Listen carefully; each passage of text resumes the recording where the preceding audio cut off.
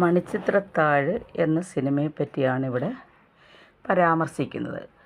1993 release ചെയ്തത്. ഇതിൻ്റെ director Fazil.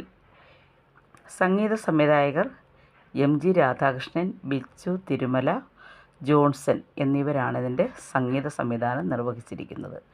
ഇത് പൊതുവേ പറഞ്ഞു കഴിഞ്ഞാൽ ഒരു ഹൊറർ കോമഡി മൂവി അല്ലെങ്കിൽ സൈക്കോളജിക്കൽ ത്രില്ലർ എന്നൊക്കെ ഇതിനെ പറയാം.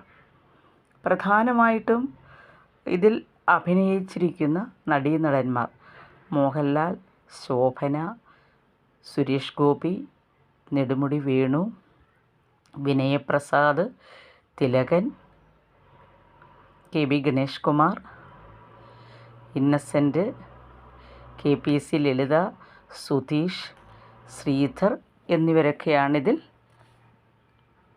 അഭിനയിച്ചിരിക്കുന്നത്. അതിൽ ഇത് പ്രധാനമായിട്ടും രാമനാഥൻ്റെയും നാഗവല്ലിയുടെയും കഥയാണ്. ശോഭനയാണ് നാഗവല്ലിയായിട്ട് അഭിനയിക്കുന്നത്. അതുപോലെ രാമനാഥൻ നായിട്ട് അഭിനയിച്ചിരിക്കുന്നു ശ്രീധർ. ഒരു നർത്തകനാണ് അദ്ദേഹം.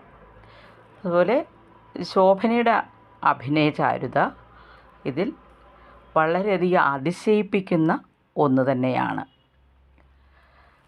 അപ്പോൾ ഒരു ഹൊററായിട്ടുള്ള ഒരു ഫിലിമാണ്. മാനസികമായിട്ടുള്ള ഒരു വിഭ്രാന്തിയുള്ള ഒരു സ്ത്രീയെയാണിതിൽ അഭിനയിച്ചിരിക്കുന്നത്. വിഭ്രാന്തി എന്ന് പറയുമ്പോഴത്തേക്കും നമുക്കത് പ്രകടമായിട്ട് ഈ കഥാപാത്രത്തിൽ കാണുന്നില്ല, എന്നാൽ അതുണ്ട്. അപ്പോൾ അങ്ങനെയൊരു കാര്യമുണ്ട്.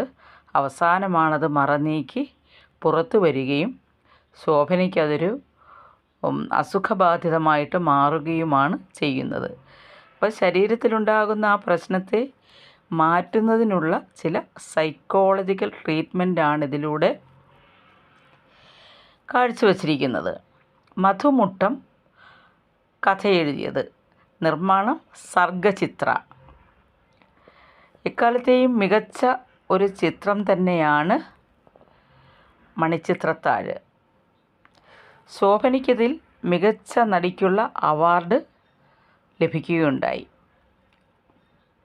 അങ്ങനെ എന്തുകൊണ്ടും മികച്ച സിനിമയാണിത്. അതുപോലെ തന്നെ ഇതിലെ ഗാനങ്ങൾ, ഒരു മുറൈ വന്ന് പാർത്തായ തുടങ്ങുന്ന ഗാനങ്ങളെല്ലാം തന്നെ, അതുപോലെ തന്നെ ലിറിക്സ് ആയിട്ടുള്ള ഗാനങ്ങളും ഇതിലുണ്ട്.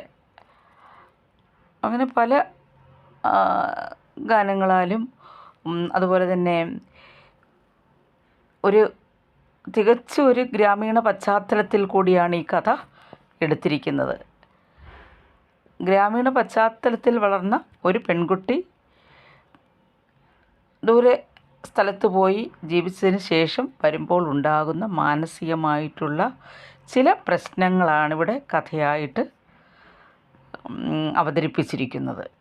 അപ്പം നകുലനായിട്ട് സുരേഷ് ഗോപി, ഡോക്ടർ സണ്ണിയായിട്ട് മോഹൻലാൽ, നാഗവല്ലിയായിട്ട് ശോഭന അഭിനയിച്ചിരിക്കുന്നു. ഇതിൽ മോഹൻലാലിനെ സഹായിക്കാനായിട്ട്, ആ ചികിത്സയ്ക്കായിട്ട് വരുന്ന ആളായിട്ടാണ് തിലകൻ അഭിനയിച്ചിരിക്കുന്നത്. എന്തുകൊണ്ടും എല്ലാ താരങ്ങളും മികച്ച